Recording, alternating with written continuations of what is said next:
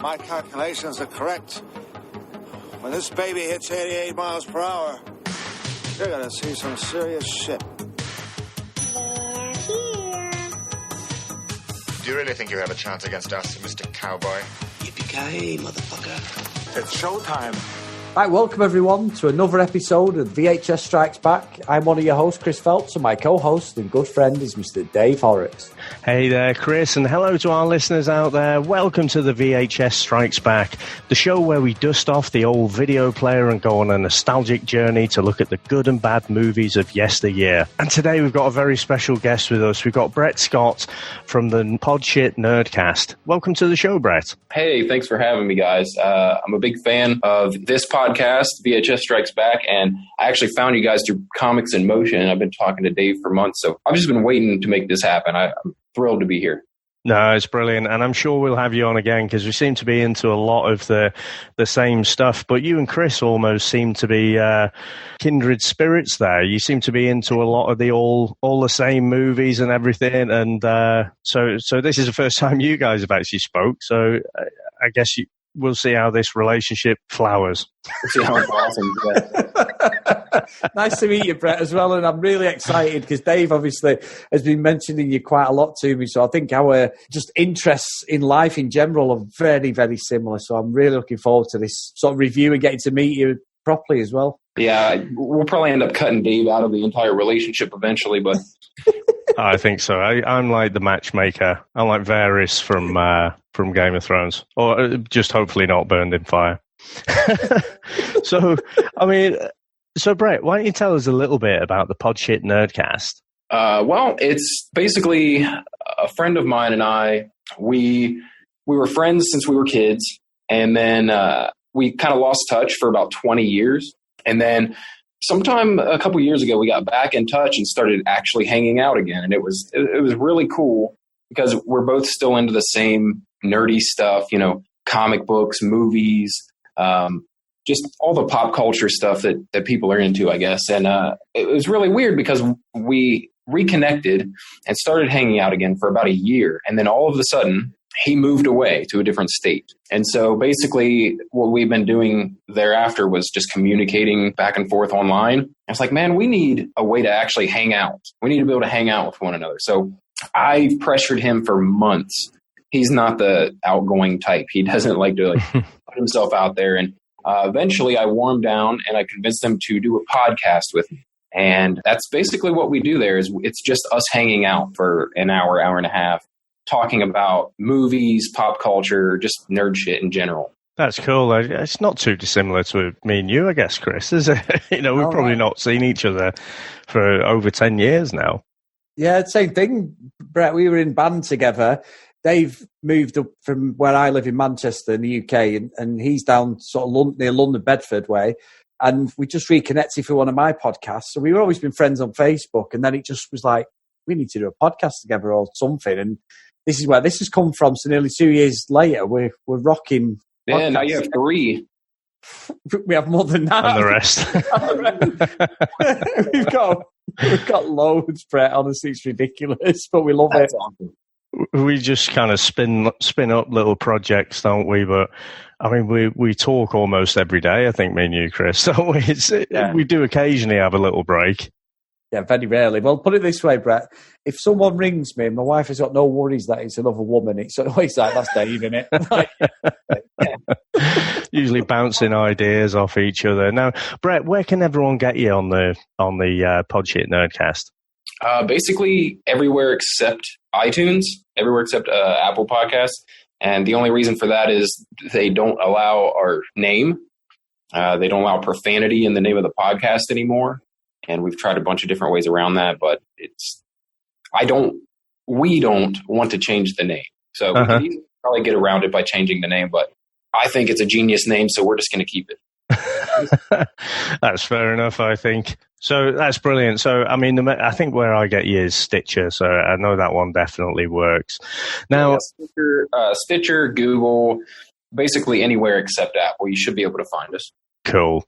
Now, one of these areas where I think you and Chris will really get on with is obviously the whole bodybuilding, the weightlifting and fitness, and both big fans of Arnie. And Chris, you shocked me it's probably a few months ago now, wasn't it, that you've never actually watched Conan the Barbarian. I still can't believe it. So you've seen it now. But I can tell you, I used to love this as a kid. So obviously it came out in 1982. I probably shouldn't have been watching it as a kid. But it seems, I think growing up in the 80s, people didn't care quite as much about what kids were viewing. That seems to have evolved, and people pay a lot more attention to age ratings now. But I've watched this over and over, and so going back and watching it, it was a great journey, and I just remembered so much from it. But Brett, I mean, what's your kind of background with the movie? Is this something you've seen plenty of times as well? Yeah, I've seen this a bunch of times. See, as you guys were kids in the 80s, I was a kid in the late 80s, early 90s. And it was still pretty much the same. It was the television was kind of the babysitter a lot of times. And so, I mean, I think that's how parents were at that time. They're like, just, I got stuff to do. And you end up watching whatever the hell you want. Yeah. I didn't see Conan the Barbarian until I was probably an adult, though. And that was just because of my love for Arnold. And I went on this, I was probably around early 2000s. I went on a kick where I wanted to own every film Arnold was ever in. And so and this was back, it wasn't so easy to come by films. Uh-huh. You could get them online, but it wasn't like it is now. You wouldn't just go to Amazon and get it. So I had to track down every obscure film Arnold was in. And along the way, the Conan the Barbarian and Conan the Destroyer were in there. And since then, I've seen it a ton of times. But this is the first time I think I've watched it with, I don't know, what do you call it? Just like a critical eye. Yeah, discerning eye. This is the first time I've watched it and actually tried to critique it. And it was a very different experience for me. Yeah. It's funny that, Brett, because by the way, you say you got every single Arnie obscure film. Have you got Hercules in New York? Yes. Oh, that is a terrible film. Dave, you've got to see the bit where I've seen it. He goes up against the Olympic discus and does the long jump and everything with that little comedy guy with him. It's fucking terrible. It's ridiculous. It's ridiculous. I just remember him flexing his chest muscles, and I'm sure there's like a bit of a comedy music accompaniment to him just, flexing his chest muscles. Yeah. Awful stuff. I mean, I remember seeing Arnie in an episode of I Love Lucy. He's a masseur, and he comes in, and her husband, I can't remember his name, is it Ricky? Because obviously in the UK, I Love Lucy was sort of quite an obscure TV show. We used to be on, maybe when I was younger, it might have been on, but yeah, I only saw that recently, and it's proper seedy. Lucy must be in the 60s by this time, Lucille Ball, but yeah, it's been some crap stuff. But again, what was strange with Arnie is this propelled him so much, because it's like, I think after this he went straight into production for Terminator. But yeah, he's one of the movies that I used to go to the video shop and the VHS shop and I'd see it all the time. So I love Arnie, Terminator, everything, Raw Deal, Red Heat, things like that. I've seen everything you can think of. I've seen them, and it never ever appealed to me ever. It's just one of them, because I'm not into this sort of mythical stuff. I mean, I watch Game of Thrones and I've seen all of them, Brett, and Dave knows this. I like it, but I wouldn't say that I'm absolutely blown away with it like everyone else. That sort of gothic dragon world is not my thing. It's just not. I can watch it, but I'm just not into it. I just want to see someone getting their head obliterated by an Uzi or something. It's just like that's why Arnie stuff, like one of my favourite Arnie ones is The Running Man. I love that film, So that's classic. Yeah, once again, I agree with you. I didn't care about it. Like, I don't care. Honestly, I don't care that much about that world. Game of Thrones, you mentioned that. That's a different animal altogether. Like, that. I don't know anyone who has watched actually given it a shot and been like, not for me. Like everyone who actually watches Game of Thrones, it's enjoyable.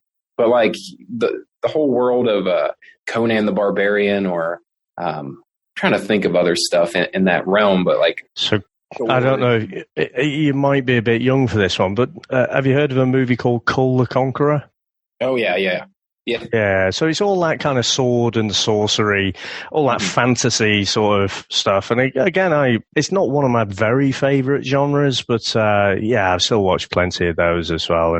But I can see what you mean. It is a little bit different. Pumping Iron was not a huge movie, but that was the thing that got the producers and whatever interested in Arnie, and it was actually giving him a load of comic books. So Marvel were producing these Conan comic books at the time, and they basically just showed it to Arnie. And this was in the mid-70s, and so it took all that time to basically, to the early 80s to get to producing the film. So I think from this, though, that just propelled him. And I do think this is quite an iconic film for that sword and sorcery kind of genre, because after that, you started to see lots of different spin-offs and lots of lower budget, lower quality movies coming out. And so I think, this has got a real cult following. And it's also, it is an absolutely iconic movie. It was a time not unlike our own, when brutal danger was a part of life.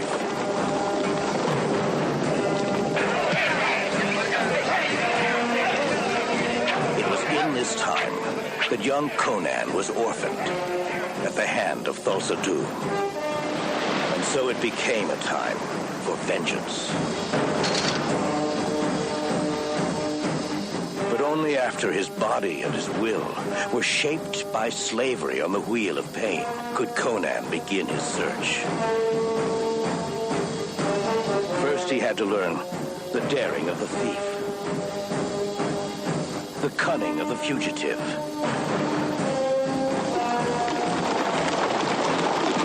the bravery of the warrior, the warmth of friendship, the passion of love, and the wisdom of one who has suffered. Only then would Conan understand that revenge is the answer to the riddle of steel. Conan the Barbarian, a film by John Milius.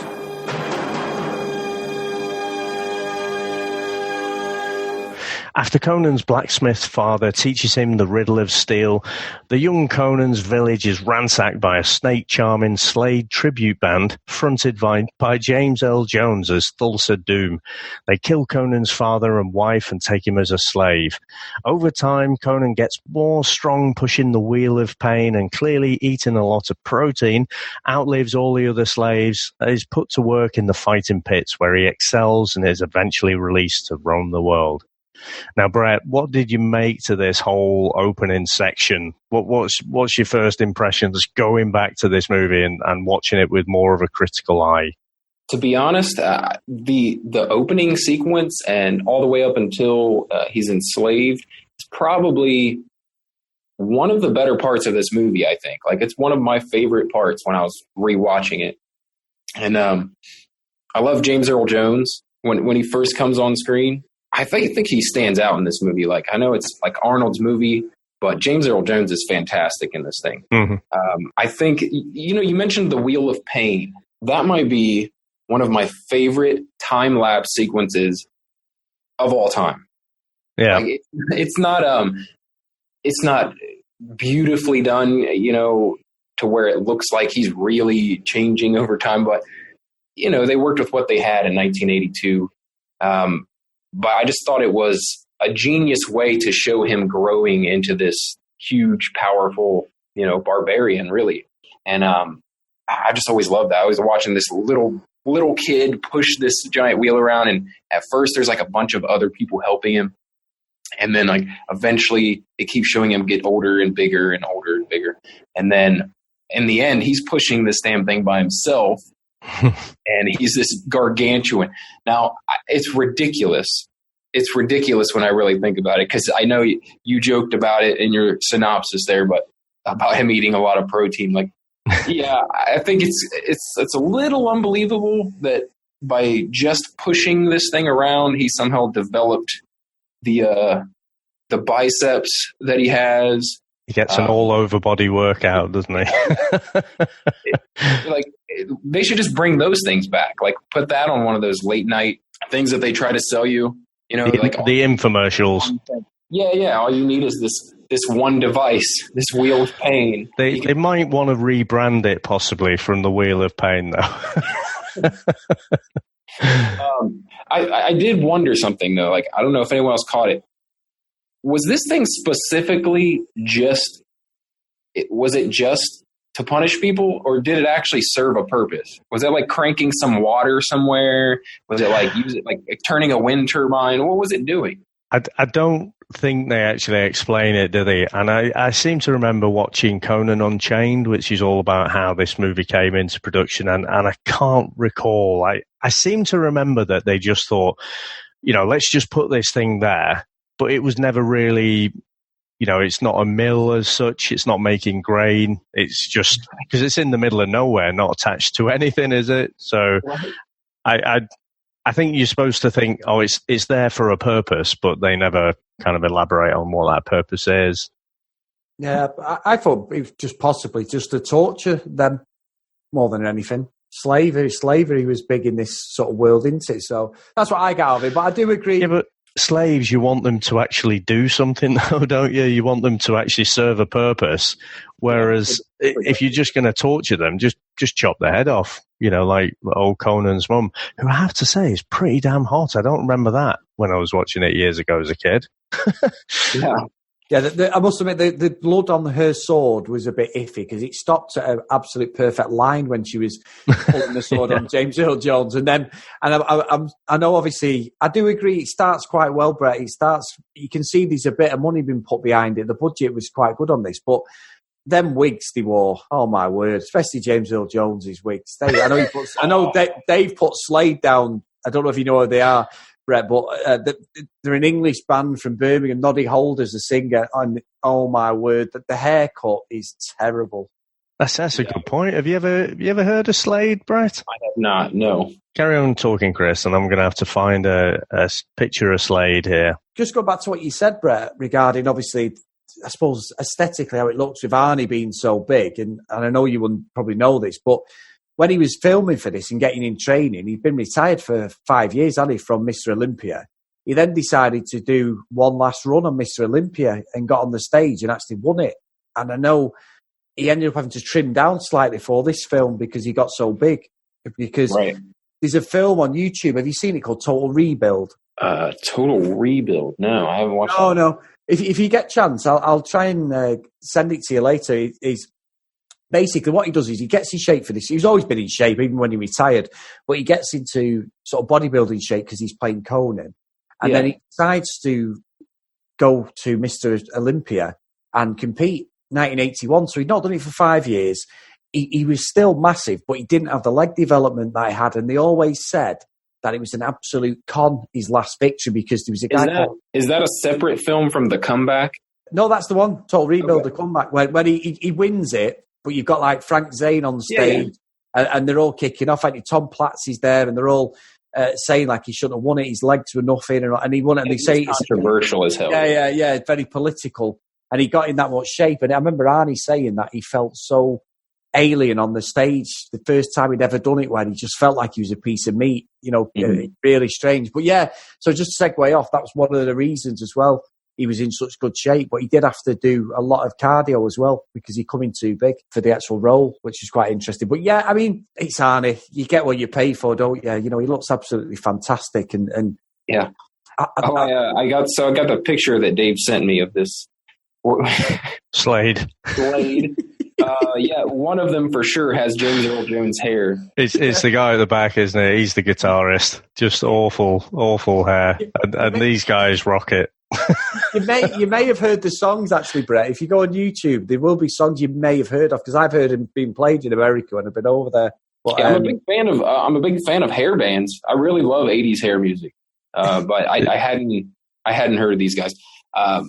That's funny because I had it written down here too, like wigs. I just wrote it really big. Wigs mentioned. So yeah, the wigs in this movie were horrendous. Yes, they were really bad. I like the fact that it's supposed to be like a Neanderthal dragon world, but for some reason, they can cut a perfect fringe on these long hairs. It's an interesting concept. It really was. But yeah, amazing. I think what jumps out at me as well is, so nowadays, everything is CGI, isn't it?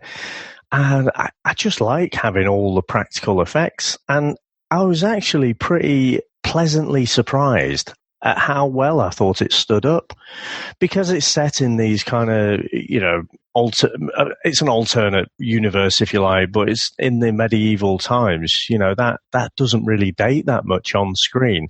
And there was like a few little bits which looked, later when we get Doom changing into a snake, that looks pretty terrible.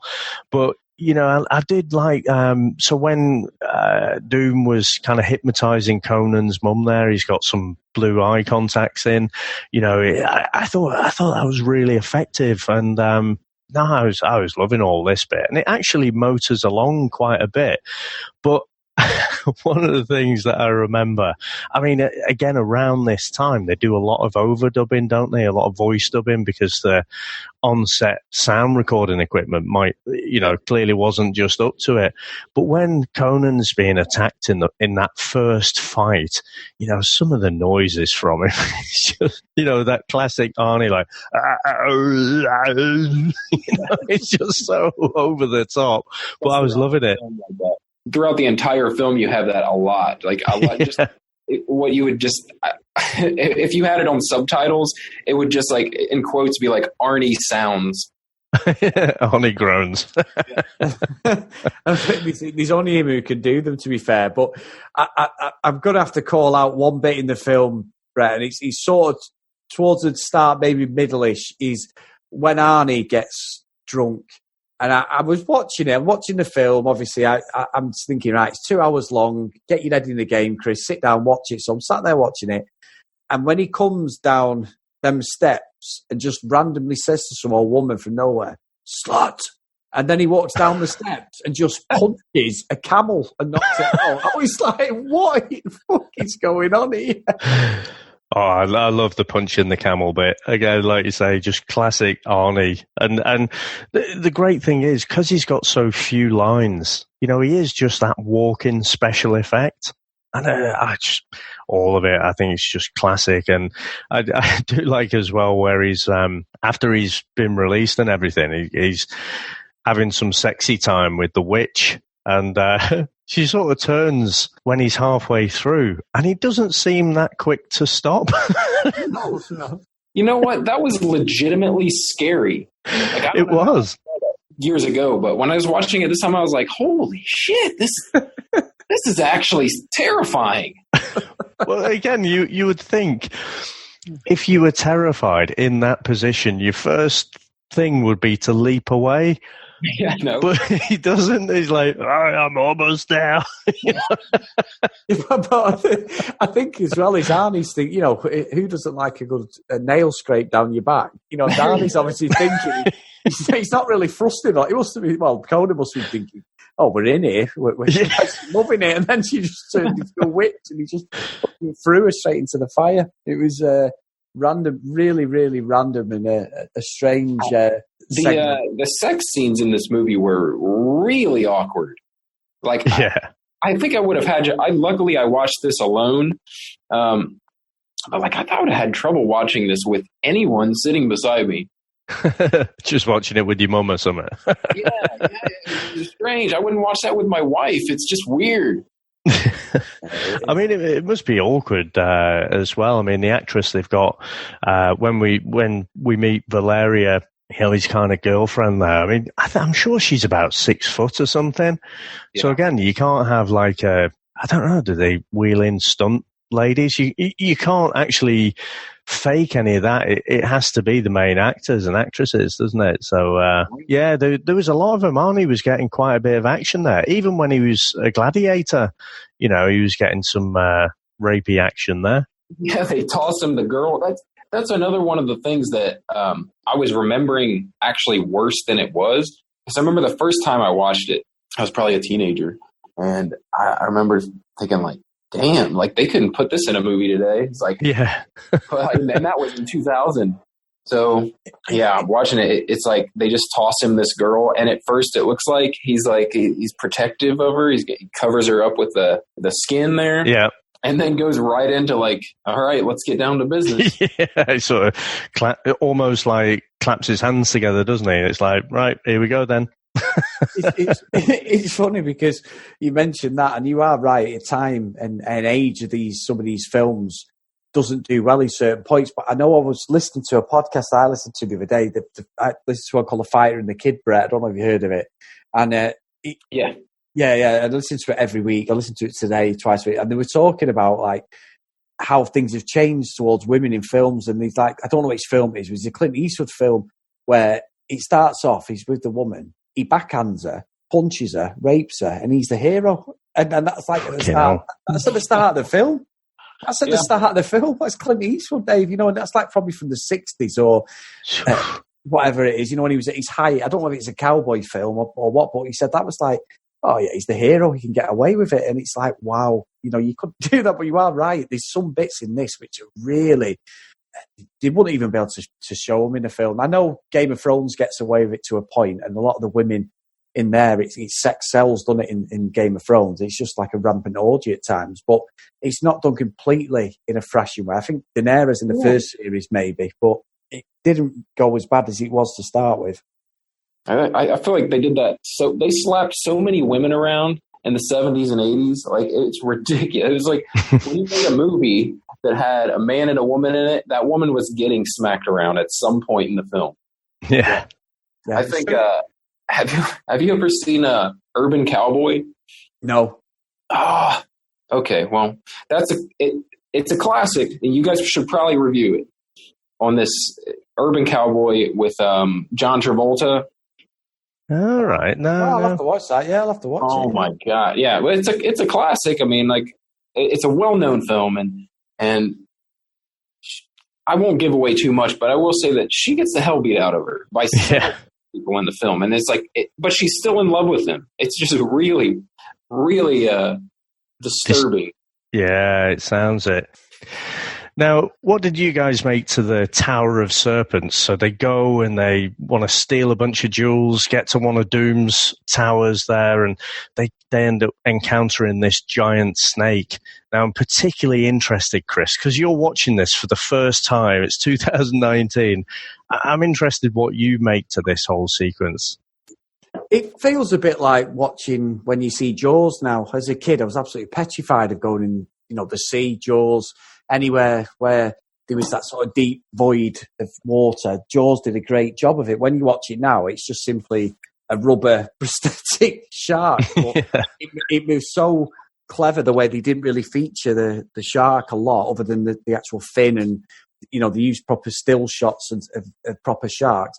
With this, it was just terrible. And I think what I struggle with the film is the choreographed fight scenes, which I know that Arnie and the various other sort of henchmen and gods who are in it had to go through a proper regime of martial arts training and sword fighting. But you can literally see where someone's going to swing their arm to the right, and Arnie will duck well before. There's loads of different bits. I mean, the snake thing's okay, but like the blood and that, it just looks really poor. It just looks like they've got them packs where they're just stabbing them packs and stuff. And I really struggled with a lot of the choreography and the fights in this. I really thought it was quite poor.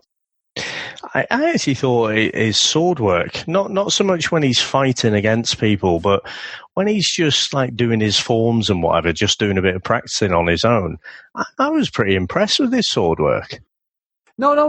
Look, it's iconic, isn't it? That bit where you've got the massive Arnie 22-inch biceps just doing that scene where his hair's swept back, which is obviously towards the end of the film, and he's just there proper giving it the old ninja style. But it's the actual fight scenes I had so many problems with. It was just terrible. Some of the bits in that, I was like, oh, this is awful. Yeah. I mean, what do you reckon to the giant snake, Brett? That whole scene, that whole... what'd you call it? Where they storm the castle? The Tower of Serpents. There you go.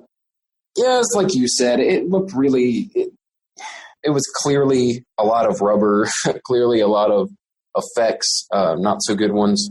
I agree with Chris about the fight scenes. That might have been one of the biggest drawbacks of this movie, is that, as Dave said, his little kata by himself with his sword, that's amazing. That's awesome. It's like, but when it comes down to like one-on-one fights with people or fighting a group of people, clearly it's choreographed, and it looks it.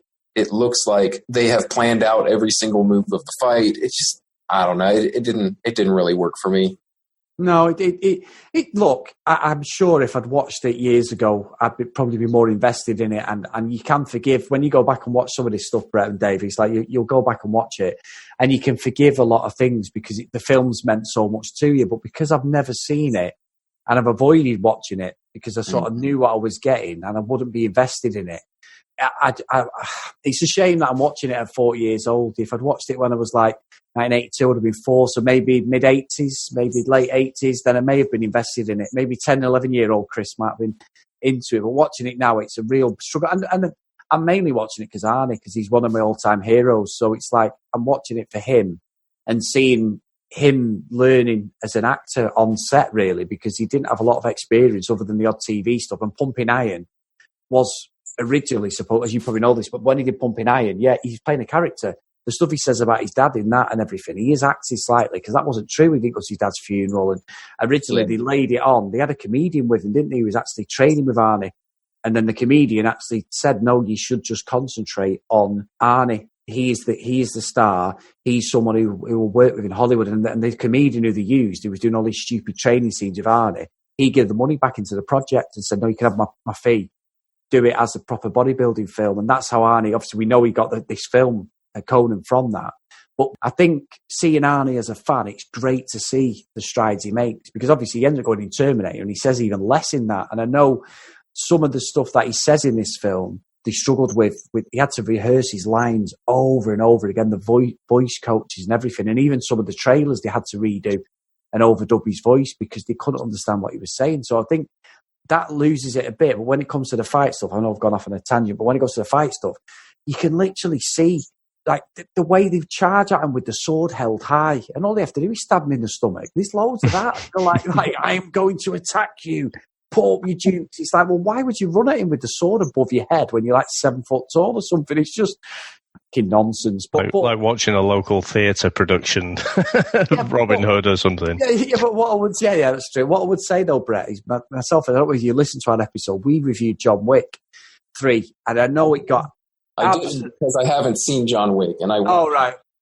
Well, all right. I might kill.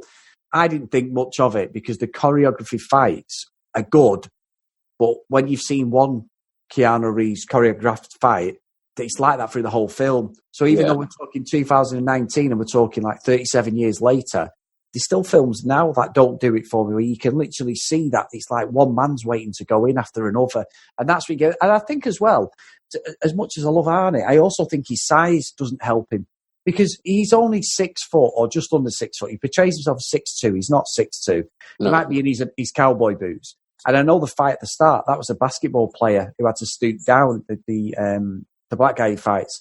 And I know that with Arnie, it was one of them things. He's just pure mass because he was a proper bodybuilder. But it could be because of his muscles. He might just have been too slow with the choreography as well, because they can speed it up slightly, but he wields a sword really well, but he's not going to be doing it at, say, a Bruce Lee speed or even a Stallone speed, because he's just got too much muscle. Yeah, he's his whole life he's been training. Well, since he's a young teen, he's been training to become as massive as possible. He's definitely not an athlete. Back then, bodybuilders were big. I can't imagine a professional bodybuilder now trying to do some of this stuff, because they just don't have the mobility. It's just not there. They can't move like a stuntman would. I think the big problem or the big challenge you've got with Arnie is that you've got no stuntman that's like him. So if you think, in the decades before and even during the 80s and that, if you've got Burt Reynolds or someone, just swap in a stuntman and he'll do the stunts for you. Right. And he'll make you look damn good on screen. With Arnie, he's got no stunt double, because you can't have a stunt double for Arnie. No. And it was the same for the lady who plays Valeria, Sandal Bergman, so she actually got her finger sliced quite badly in one of the fights. Because again, she was so kind of big. You've got no equivalent stunt lady for her as well. So I guess that probably doesn't help just making it look authentic.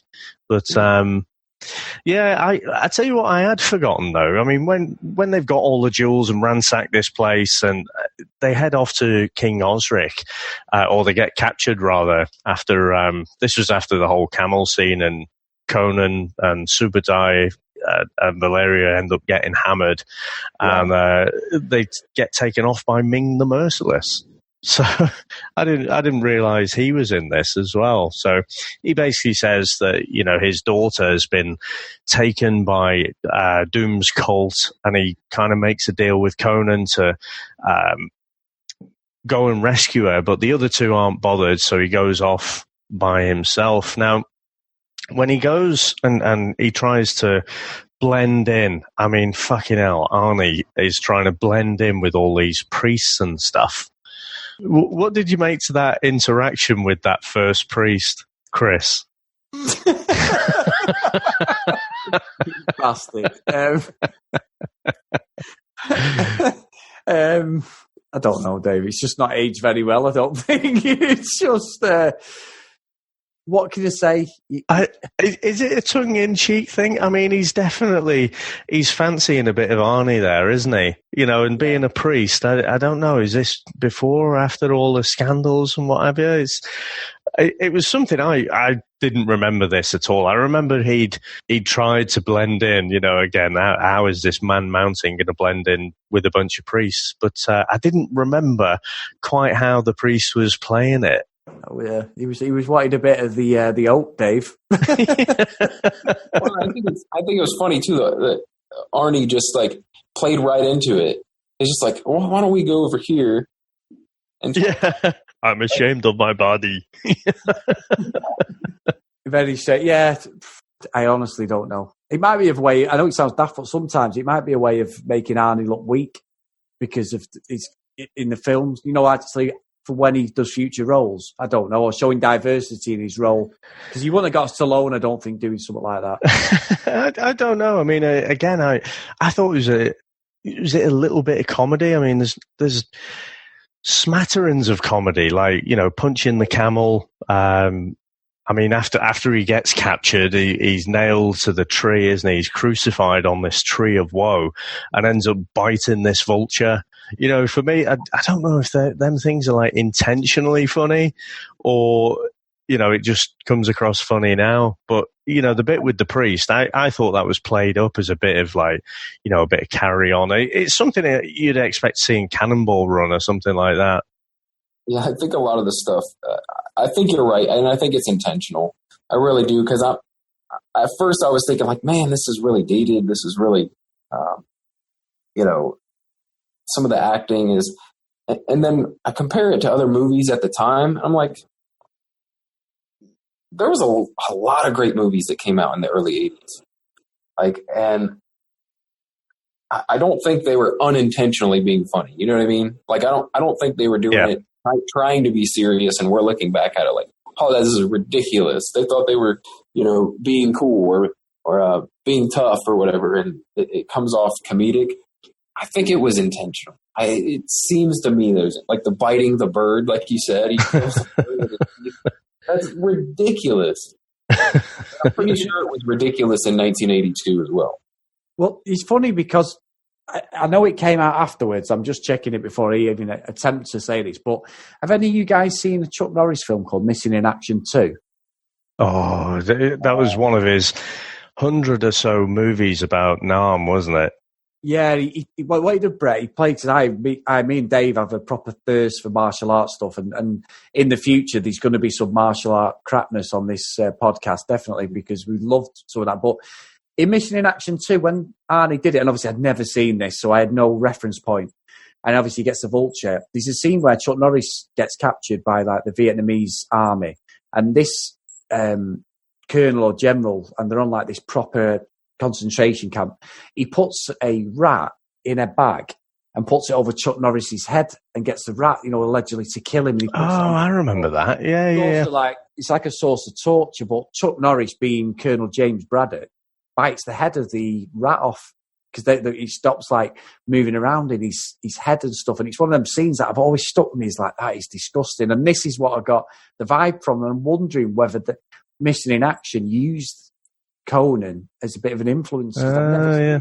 Because Mission in Action 2 come out in 85, just a little thing. And can I just go back to one thing as well, guys? Dave, don't ever slag Burt Reynolds off ever again, because Burt Reynolds was a stuntman.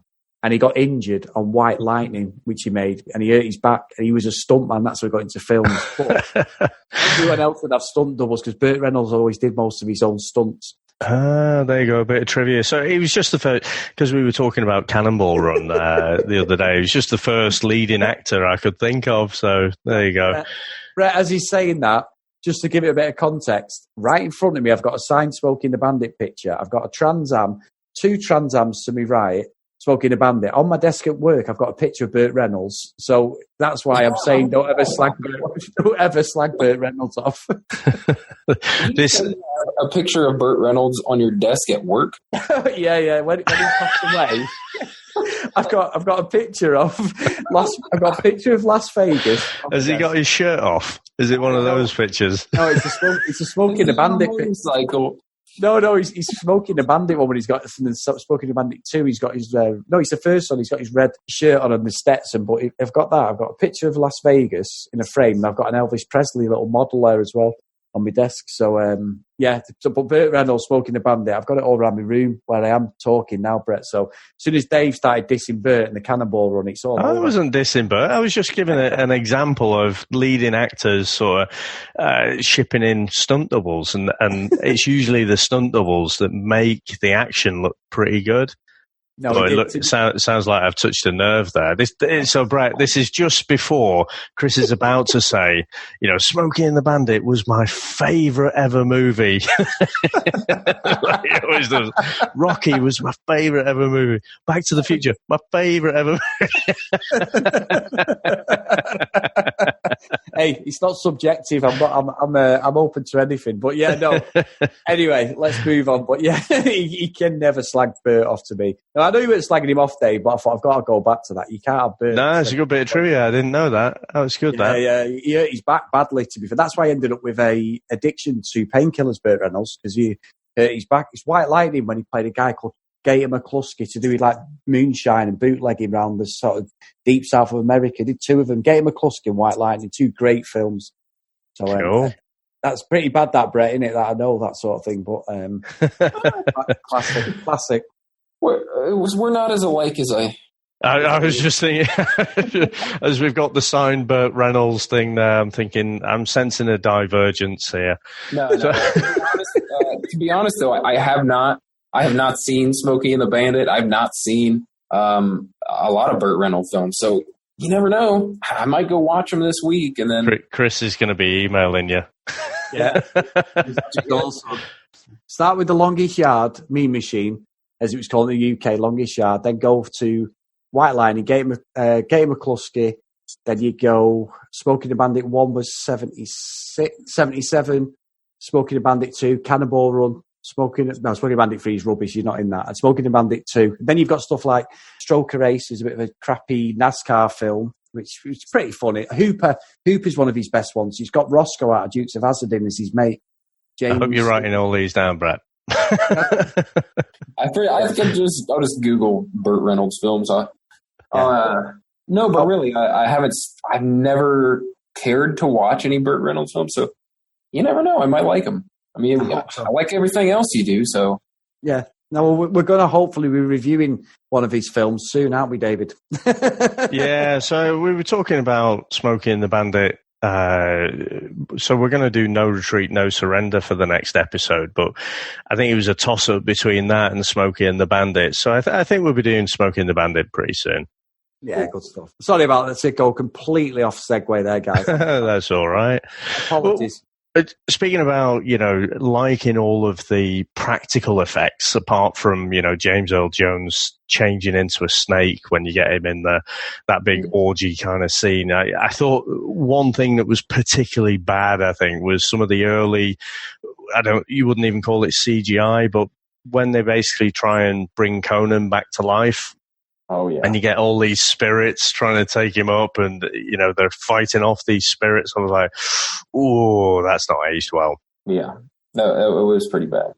One of my favourite bits, I think, of this whole movie, I think, and it's like the early prototype for something like Commando or even Predator, is when you get Conan and Subadai there. They're making a last stand with some of Doom's henchmen. They're putting up all the little traps and everything, putting these stakes in the ground, and they're making this final stand. And I just love this little bit. And again, watching it now, I'm thinking, oh yeah, I can see this repeated over in Arnie's movies later on.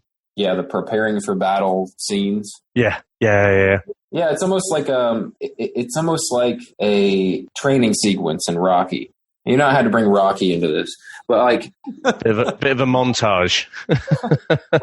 When you watch a Rocky film, you expect that scene of like preparing for battle, and it's the same thing in all of the Arnold action films. Like, there's always this scene with music laid over it, where they're preparing, whether it's loading up guns, collecting ammunition, putting his vest on and belt with, utility belt and boots and stuff.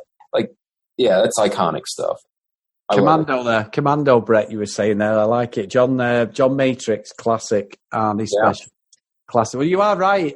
I think, to be fair to both of you, I know I've sort of really slated the film to a point, but I think the end bit's pretty good. I had a bit of an issue with the big guy he fights, the main sort of henchman, where he did the thing with the sword above his head. When they used it was like the 18, when he used that wood sort of knife thing to stab him, that one of the henchmen, I thought that was pretty good. And the main fight was okay. There was a weird thing Arnie did when he was on the floor and the guy was on top of him, and he did the sort of weird sort of body popping, and he ended up knocking a 6'8" guy over, which I thought was a bit unbelievable. But the actual way he sliced him open, that was great, until the guy falls over, and he went proper theatre, didn't he? He went proper Broadway and just sort of put his hands in the air and just collapsed back. But yeah, I believed it.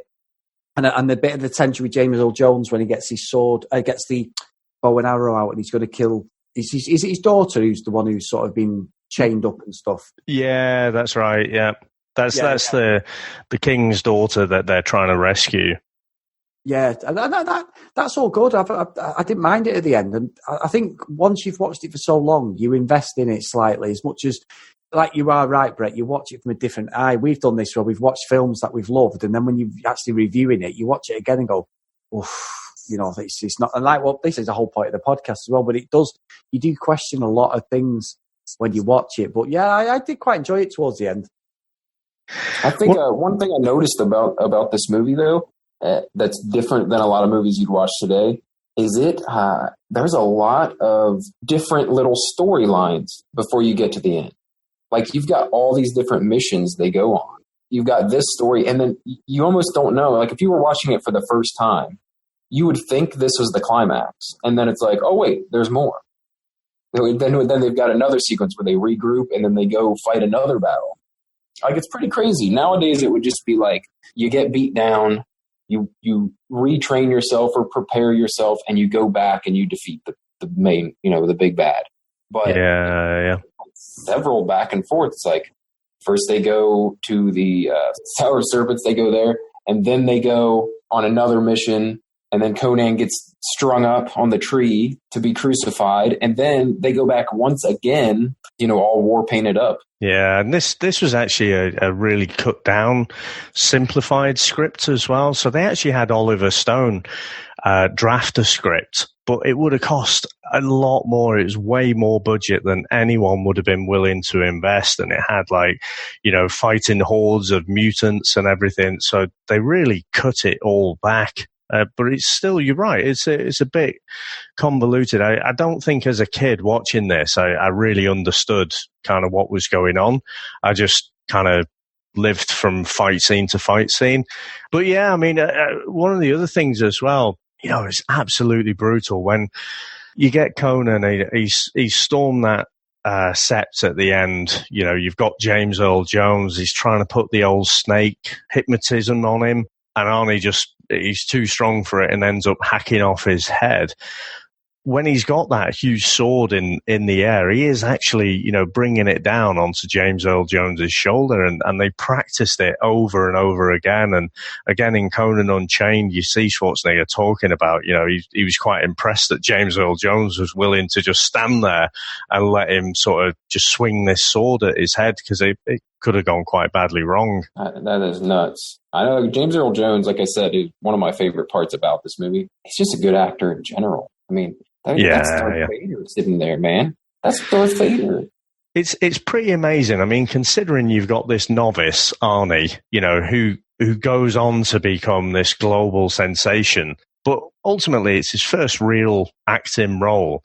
And then you've got someone of James Earl Jones's caliber. That was an absolute masterstroke, because that just gives it, you know, credibility straight away. And like you say, he does stand out a bit in the movie because of his acting. I just wish they'd kind of given him a different haircut. You know, it bugged me as a kid, and it still grates on me a bit now.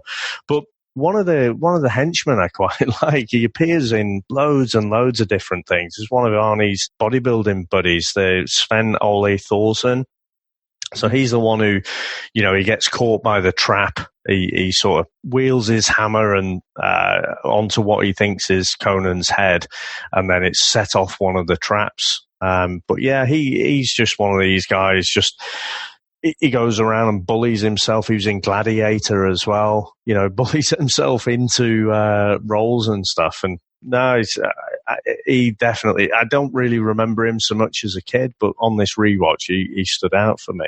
Do you know who else was in this? Nope. I was looking up the cast of it, and apparently Franco Colombo has a small part in the movie.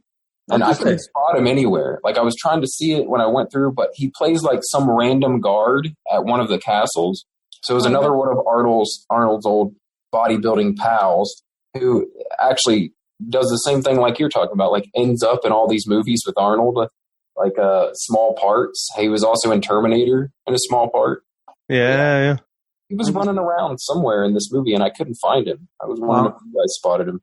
I'm going to have to spot that, because Franco's his best mate. He still goes to Gold's Gym with him now. They're both in the 70s. He's the one in Pumping Iron anyway, from Italy and stuff. But to segue back to what I said last week as well, Brett, he also trained Stallone for Rocky 3. So Franco Colombo, absolute legend. I think he's like a chiropractor now, so sports physiotherapist, something like that. That's what he did after he retired from bodybuilding. He was like a PT to the stars, and then he would go into like the physical therapy side of it. Yeah, Dave, legend. Frank. I didn't know he was in Terminator. You've just done me there, Brett. I'm going to have to watch that now. All right. Going Franco spotting. Yeah, that's got me that. So, guys, shall we go into our final review? Let's go.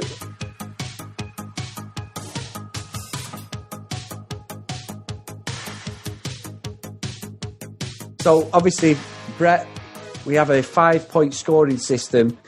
And for anyone else that's listening, if this is your first episode of the VHS Strikes Back, please take note and you'll understand where we're coming from. So if the film's an absolute disaster, it's something we really, really don't want to watch ever again, we send it to Dantooine, hopefully to get blown up by a Death Star. If it's still bad, but it's not horrendous, we send it to Elm Street. So if Freddy Krueger's around, it's going to Elm Street. If it's in the middle of the road, not good, not bad, but you can still watch it, it's Hill Valley. If it's getting slightly better, it's not an absolute world beater, but it's an enjoyable film, we send it to Pleasantville. And if it's top of the tree, best thing you've seen for a long time, or just an absolute iconic film that you love, we send it to Cloud City. So for me, personally, watching it, you know, a 40-year-old, 2019, it didn't hit the spots. It gave me the Arnie chills watching Arnie, because I absolutely love him.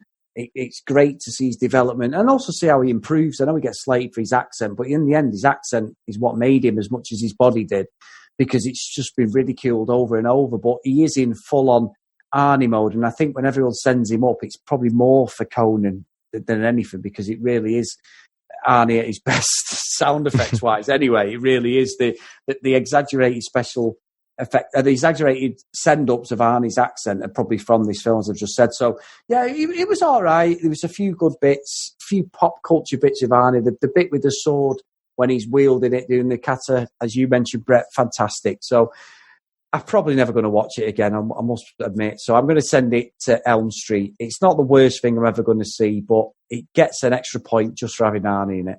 So very good. Now, Brett, how about yourself? Well, like I said, I've seen this a lot of times before, but this is the first time I ever watched it as a critic, not just as a fan of Arnold. And this is a movie that I will watch probably again. If I see it on TV and it's halfway through, I'm probably going to finish it. Or if I see it on, my kids have never seen anything like it. I don't know if I'd let them watch it yet because, as you said, it's a little off color at times, which I didn't really notice before. But God, it's kind of like what Chris said. Like, because of Arnold being in it, I always thought a little higher of the film. But really, this is the first time I watched it with a real critical eye, and it just wasn't that good.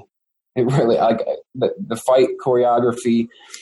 What I had to do when I was thinking of what I would score this is I looked up, because I thought maybe it's just dated. Right? Maybe it's just the product of its time. Mm-hmm. So I looked up other movies that came out in 1982, and I compared it to these movies before I rated it. So in 1982, we got Fast Times at Ridgemont High. We got Blade Runner. The Thing came out in 1982. E.T. came out in 1982. So there were just so many. Like, if you're comparing this to a Blade Runner, I'm sorry, it's not even on the same list. So I have to send it to Elm Street, meaning it's not the worst thing I've ever seen, and I'll watch it again if it's on, but I probably won't seek it out again to watch on my own, like, ever again for the rest of my life. So, wow, yeah, there was some pop culture scenes, like the punching of the camel. Like, anybody who's a fan of Arnie, big fan of Arnold Schwarzenegger, knows that scene. And there was some crazy iconic stuff that happened in it, but overall, I just didn't enjoy it that much. Really didn't. Well, hopefully we haven't ruined it for you, because you watched it lots and then you've kind of watched it with this critical eye and you're never going to watch it again. So sorry about that, Brett. No. Like I said, I'll watch it if it's on, but this might be the last time I seek it out to watch it. I think I'm with you in that, you know, like Arnie, when he's having some sexy time with a witch, if it comes on and it's halfway through, then I'm still going to finish off. So I think for me, I mean, I'm on the call with these two massive Arnie fans. I'm going to rate it a little bit higher, I think. I think it's a bit of a slog at 2 hours. I don't think it has to be 2 hours. An hour and a half, I think, would be perfect for this. It is a little bit convoluted on how he goes through that journey, I think. But then, on the same respect, I think, like, the first act, the pacing of it does motor along. Like, it goes from place to place, and, you know, very quickly you get Arnie going from, you know, young kid being taught lessons by his father to chief gladiator. So, and then freed and roaming the world. So I think it motors on at the start and it meanders a little bit in the middle.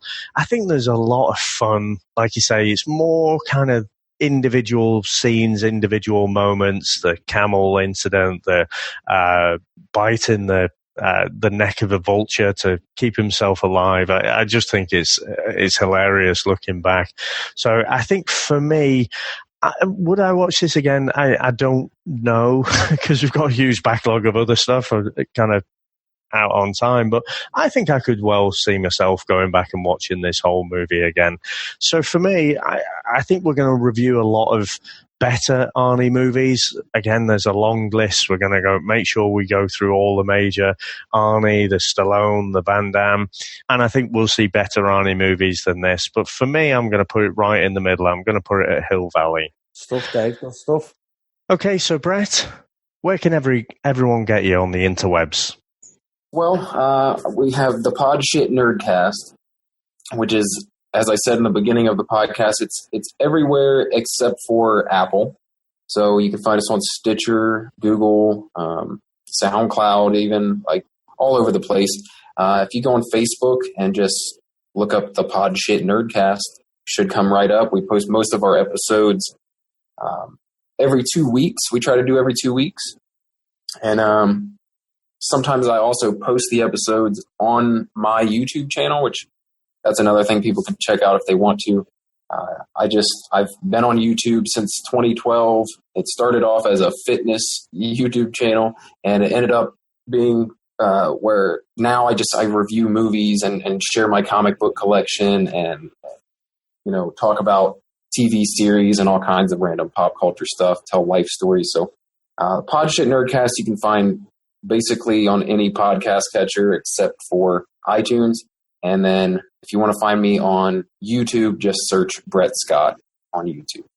Cool. Now, Chris, what about if someone wants to get in contact with us? Yeah, if you want to get in contact with the show or give us a follow on social media, on Twitter, it's at VHS Strikes Back. And if you want to email us, it's the VHS Strikes Back at gmail.com. And if you do like the show and you're interested in what we're doing, please get on your podcast catcher and drop us a 5-star review. It just helps the show grow and gets us out there onto the podcast algorithms. And hopefully we'll get out to more people and we'll get to be able to review more stuff in the future as well. So that's where we are. Now, also, we do have a couple of other shows that we do. One of them is the Comics in Motion, which Brett has mentioned before. That's where we review comic book-based media, TV and movies. If you want to take a look at that one, if you just get on your podcast catcher, put Comics in Motion in, and you'll find our back catalogue of 81 episodes. Now, Dave, what else have we got? Yeah. Now, if you do want something a little bit different, Chris and I both do a separate podcast on the reality TV shows Love Island. Now, we do the UK version, and we've just started as well doing the US version. So these are daily podcasts, and basically Chris and myself just watch the show and then jump on the podcast and have a bunch of fun with it and take the mickey out of everyone, basically. So surprisingly quite a lot of fun. It started out with Chris and I Chris being a super fan and me being an absolute Love Island hater and cynic. But Chris actually managed to pull me in, and I hate myself for loving it, but I certainly do. But yeah, so if you like a bit of Love Island, get yourself over to there, and we're all on all the major podcast catching sites. Now, thanks again, Brett. It's been great to have you on the show. We'll definitely have you on again. It sounds like we've got a lot of the same love for a lot of the movies and iconic actors as well that we'll be going through. Now, Chris, you know what I'm going to say? Yep. How are you going to lead us out? Well, after such a great episode, big thanks to Brett, big thanks to yourself, Dave. And there's no problem, Brett. And there's quite a few times in this episode, I'm going to quote the great man himself. I just wish I could get to the chopper and get the fuck out of here when I was watching this. So we'll see you next time, guys. Goodbye. That's it, man. Game over, man. It's game over. What the fuck are we gonna do now? What are we gonna do? Maybe we could build a fire, sing a couple of songs, huh? Why don't we try that? We better get back, because it'll be dark soon, and they mostly come at night. Mostly. I'll be back. That's odd. We came, we saw, we kicked its ass. Wax on, wax off.